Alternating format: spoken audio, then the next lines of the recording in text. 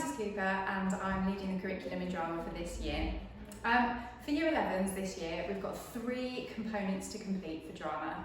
So component 1 is a devised piece of coursework, which is a group piece, which is accompanied by a written portfolio, and that makes up 30% of GCSE.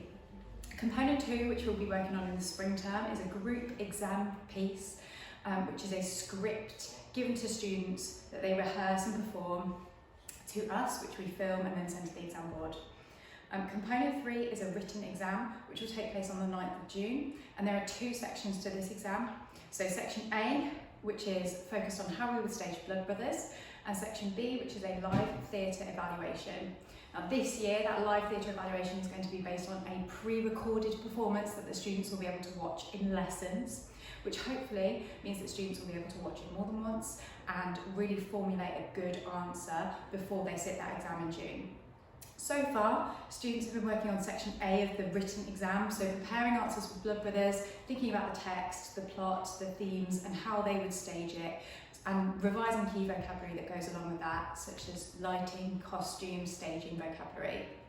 That is now coming to an end, so from next week onwards we are going to be focusing on the devised piece. The students will be in groups working together to create a piece of drama. This will obviously be conducted socially distanced, and they will write their coursework saying what they have done and what they will do or would have done if the social distancing wasn't in place, and that has been authorised by the exam board. In the spring term they will do their component 2. There are some important dates for both component 1 and component 2 to make a note of, and these are also coming out to you on a sheet as well. So there will be 2 mocks of the devised piece where students will stay in school until 7 p.m. and perform these to a member of staff, receiving feedback. And then there will be a 3rd date where students stay behind after school and perform these as if it were an exam that will be filmed and sent to the exam board. The first mock dates that students need to be aware of are the 4th and 5th of November. 11A will stay behind until 7 p.m. on the 4th of November, and 11C will stay behind until the 5th of November. During Year 11 exam week, they will also sit a PPE of component 3, and it will only be Blood Brothers, so the content that we've done so far that will be covered in that PPE exam. On the 25th and 26th of November, students will do their component 1 PPE the 2nd time. So that will be the 2nd time they receive feedback and the 2nd time they perform that. And then their final performance of their component 1 devised piece will be on the 8th and 9th of December. If you're in 11A, it will be on the 8th of December, and 11C will be on the 9th of December. And all of these dates, students will be required to stay in school until 7 p.m, rehearsing, performing, and having their work filmed.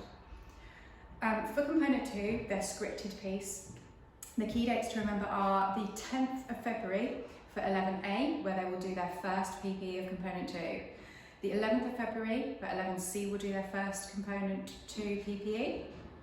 And then on the 16th and 17th of March, component 2 PPE for 11A on the 16th and 11C on the 17th.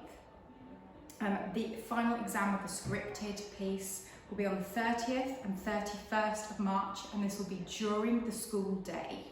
So students will sit that exam during the school day, as it has been in previous years. So there's lots and lots of key dates to remember.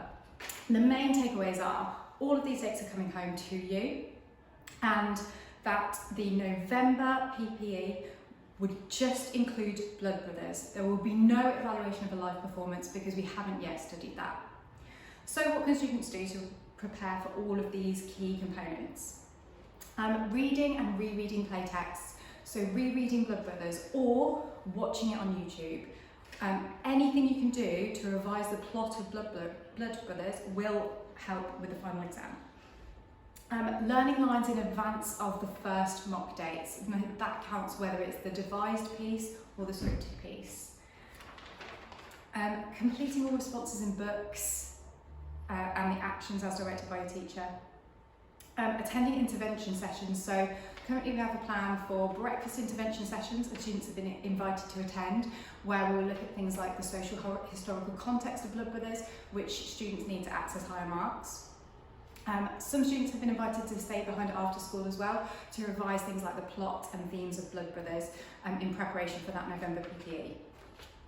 Students can also complete all home learning and hand it in on time. That will be super important when we are doing component 1, so the devised piece, because the home learning will be stuck in their coursework portfolio and that will be sent to the exam board. Refreshing memory of Blood Brothers plot and themes can also be done at home remotely, so even if you haven't been invited to an after school session, you can use the BBC Bitesize English literature resources. Despite it being for drama, there are lots of crossovers when we're looking at play text. So revising Blood Brothers through the English literature pages of BBC Bitesize, that's really helpful just for a base knowledge of the play. And BBC Bitesize also has lots of really helpful drama resources in terms of key vocabulary. Drama is a really vocabulary rich subject. We have lots of vocabulary to do with different types of lighting, different types of staging, costume design, all of the different keywords that are related to voice, facial expression, movement, and the BBC Bitesize has a wealth of resources on all of those keywords, which should pepper your exam paper. It's also helpful for revising key practitioners. So practitioners will be needed to talk about in both component 1 written coursework and in the final exam in section A and section B of the final exam component 3.